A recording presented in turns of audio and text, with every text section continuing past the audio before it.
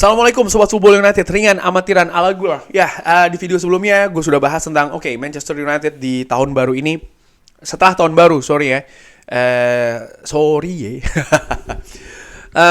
Di bulan Januari tampil bagus, memasuki Februari pun juga demikian. Kemenangan menghadapi Wolves yang luar biasa. Dan menurut Erik ten Hag, kemenangan mengatasi Wolves itu ada imbasnya ke pertandingan menghadapi West Ham.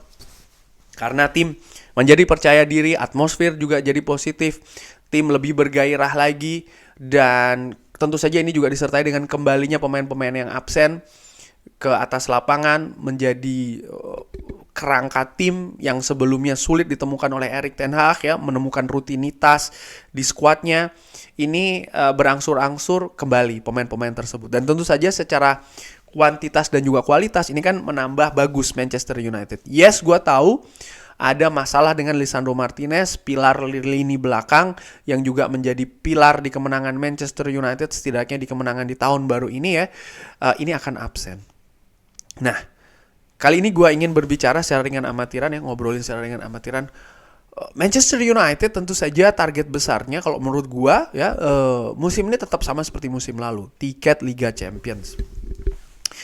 Dan hal ini melihat situasi di Manchester United bukanlah hal yang mudah untuk didapatkan. Manchester United di paruh awal musim ini, ya, ini membuat, artinya penampilan yang tidak bagus, hasil yang kurang maksimal di paruh pertama, membuat saat ini Manchester United tertinggal jika dibandingkan dengan Aston Villa. Gue bikin video ini sebelum ketika menghadapi Aston Villa, ya. Di peringkat keempat itu Manchester United 38, Aston Villa 46. Jadi tertinggal 8 poin. 8 poin ini kan bisa diraih kalau Aston Villa gagal meraih kemenangan di 3 match, lalu Manchester United bisa memenangkan 3 match tersebut, sehingga 9 poin ini terlampaui. Apakah itu cukup? Belum tentu, karena di posisi kelima ini ada Tottenham Hotspur, dan gapnya dengan Manchester United pun juga cukup lumayan, ya, karena berbeda 6 poin saat ini. Jadi Tottenham Hotspur kalah 2 pertandingan, Manchester United menangkan 2 pertandingan, kurang lebih demikian kan hitung-hitungannya. Dimana situasi menghadapi Tottenham Hotspur, Manchester United sudah 2 kali bertemu nih, ya. Manchester United gagal untuk bisa merevenge kekalahan, dan Manchester United hanya seri. Walaupun ketika pertandingan di Old Trafford pada saat itu Manchester United sebenarnya tampil cukup oke, memiliki peluang juga untuk memenangkan pertandingan, tapi ya akhirnya seri gitu, ya. Nah, sekarang bisa nggak nih kira-kira Manchester United finish di peringkat keempat? Melihat pemain yang semakin banyak kembali, berangsur-angsur pemain cedera terutama, ini membuat paling tidak dari sisi teknis, strategi taktik lebih banyak solusi dan juga variasi. Tapi ini juga tergantung bagaimana pemain tersebut ya akan mengimplementasikannya di atas lapangan. Fokus, konsentrasi, itu selalu gue katakan penting, dan ini problem utama dari musim lalu sebenarnya. Dan kalau gue lihat Manchester United sebenarnya tetap punya peluang sih menurut gue untuk bisa finish di 4 besar. Karena kalau gue melihat bagaimana Aston Villa, contohnya, ya, Aston Villa ini mereka masih berlaga di kompetisi lain, ya kan. Kalau tidak salah mereka masih berlaga di Eropa kalau nggak salah. Bagaimana ini juga tentu saja kan akan menambah jadwal, ya. Sesuatu yang Manchester United tidak alami saat ini, karena Manchester United sudah tersingkir dari Champions League. Bagaimana dengan Tottenham Hotspur? Nah, ini juga harus diwaspadai, karena Tottenham Hotspur praktis mereka sudah juga mendapatkan, ya, pemain-pemain yang kembali begitu dari masa cedera, dan gue melihat Tottenham Hotspur juga memiliki peluang yang besar untuk bisa finish di posisi keempat. Namun situasi juga penting disadari kalau Manchester United ini nasibnya ditentukan di tangannya sendiri. Bagaimana Manchester United harus bisa memaksimalkan pertandingan ataupun partai-partai yang akan dihadapi di tahun 2024 ini. Di pertandingan di paruh pertama, menurut gua Manchester United salah satu kuncinya ya, terlalu banyak membuang poin ketika mereka di atas kertas harusnya bisa memperoleh poin penuh. Contoh, ketika Manchester United kalah menghadapi Crystal Palace di Old Trafford. Well, di pertandingan sebelumnya di kompetisi Carabao bertemu dengan Crystal Palace, Manchester United menang 3-1. 3 poin terbuang percuma. Lalu ketika Manchester United menurut gua apalagi mungkin contoh ketika kalah menghadapi Bournemouth pun juga demikian. Kalah di kandang sendiri 0-3 menghadapi Bournemouth. 6 poin itu lepas ya dari Manchester United.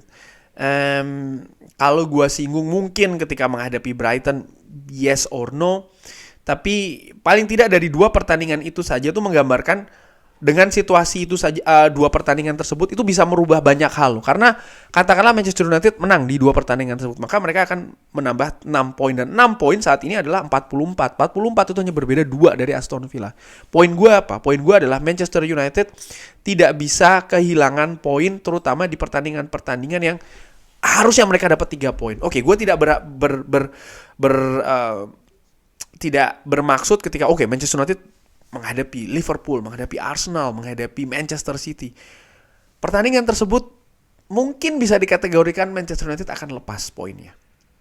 Tapi ketika menghadapi tim-tim yang di bawah itu, ya, termasuk menghadapi Brighton, Brentford, Bournemouth, Luton, Crystal Palace, dan lain-lain lah, you name it, yang peringkatnya di bawah, Nottingham Forest, Sheffield United, Burnley, Manchester United harus menang menurut gue. Tidak ada alasan tidak menang. Karena kalau melihat Manchester United musim lalu, mereka juga seperti itu sebenarnya. Ketika menghadapi tim-tim yang peringkatnya lebih tinggi, Manchester United tidak banyak memperoleh hasil positif sebenarnya. Tapi bagaimana memaksimalkan justru ketika Manchester United tampil menghadapi tim-tim yang ada di bawahnya. Ini penting. Dan ini butuh konsistensi, ini butuh karakter menurut gue secara ringan amatiran. Termasuk penting juga bagaimana Manchester United menghadapi Aston Villa nanti di hari Ahad. Ini juga penting bagaimana Manchester United harus bisa memperoleh hasil yang positif. Karena bukan hanya menambah poin, tapi juga menambah rasa percaya diri. Dan membuang-buang poin itu juga harus dihindari. Sekali lagi gue ingatkan, Manchester United musim lalu itu bisa finish ketiga bukan karena Manchester United. Mereka juga menang menghadapi Arsenal, menang menghadapi Liverpool. Iya, tapi bagaimana ketika mereka tandang pun juga mereka babak belur. Menghadapi Manchester City pun juga demikian. Menang di Old Trafford, tapi ketika away enggak gitu. Dan menghadapi tim-tim lain pun juga demikian. Artinya apa?